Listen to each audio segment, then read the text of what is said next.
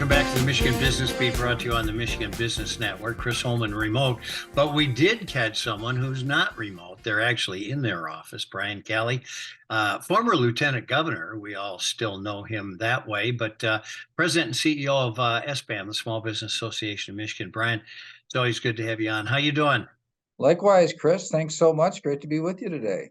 Well, listen, let's just reacquaint everybody with SBAM and what you are, what you stand for, and what you do real quickly. Absolutely. Well, Small Business Association of Michigan, I like to say not to be confused with the Small Business Administration of the United States federal government. So there's different organizations, similar Very sounding different. names. Yeah, we have, but we have 31,000 members all across the state of Michigan, in every industry you can think of, and a whole bunch of industries you probably never thought of.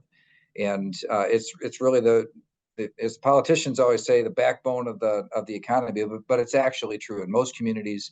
The main economic infrastructure are small businesses, and we do a lot of things with and for small businesses, but it's a small business led and driven organization. So we take public policy positions. We work on the environment that entrepreneurs work and grow in. We also try to negotiate deals for small businesses that maybe they couldn't get on their own. We have so much volume, so many small businesses that the discount and combined purchasing is a big part of what we do. But it's peer-to-peer learning, some compliance education as well. Lots of rules out there that business owners need to know about. And then there's an employee benefits part of the organization as well, where we try to make sure that our entrepreneurs are able to offer benefit packages to their employees that look and feel like what a big business could offer to their employees, so that small businesses can compete on a level playing field. Well, and of course, at the core is the advocacy piece, where you are the watchdog for small business. And is there anything coming out of that legislative process that is going to injure small business? Yeah, there's a lot of things that we're watching right now. So there's kind of the big overarching things that are about the environment of the entire state, things like repeal of right to work, which certainly won't help. But there's also some things that are very at the heart of small business that we're watching very closely and want to preserve. One of which are the rules around independent contractors. A lot of the seeds of small business are planted through independent contractors that hang their own shingle, maybe start with a single client and work in that and work as an individual sole proprietor. And there are some proposed rules at the federal level, and in recent legislative terms, there have been proposed rules at the state level that would narrow the instances when a person could be classified as an independent contractor. We like the rules how they are. They have some bright line tests and are easy to understand and reasonable in their application. So we'd like to keep those the same as they are. There's also this thing called predictive scheduling, which has reared its ugly head here in Michigan now and been introduced in the legislative process.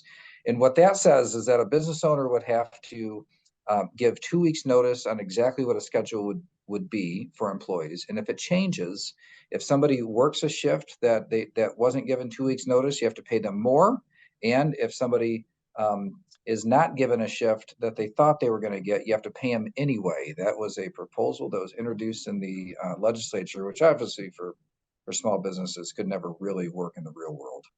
Well, we have to be able to pivot with market changes. There's no doubt about it.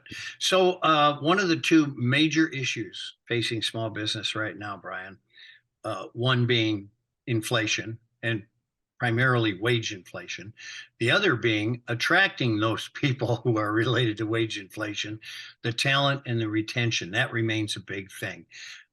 You kind of opened another area that we might go to with your Michigan Hidden Talent workshop. Tell us a little bit about that.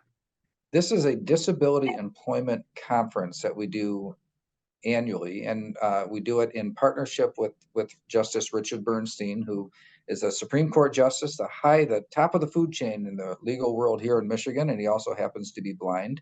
And that is a great example that of what can be accomplished by a person with a disability.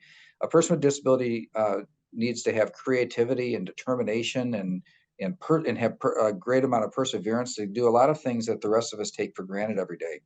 those are great qualities, Chris, that you would have that you'd want to have, anybody want to have in your workforce, to be creative and determined and to persevere.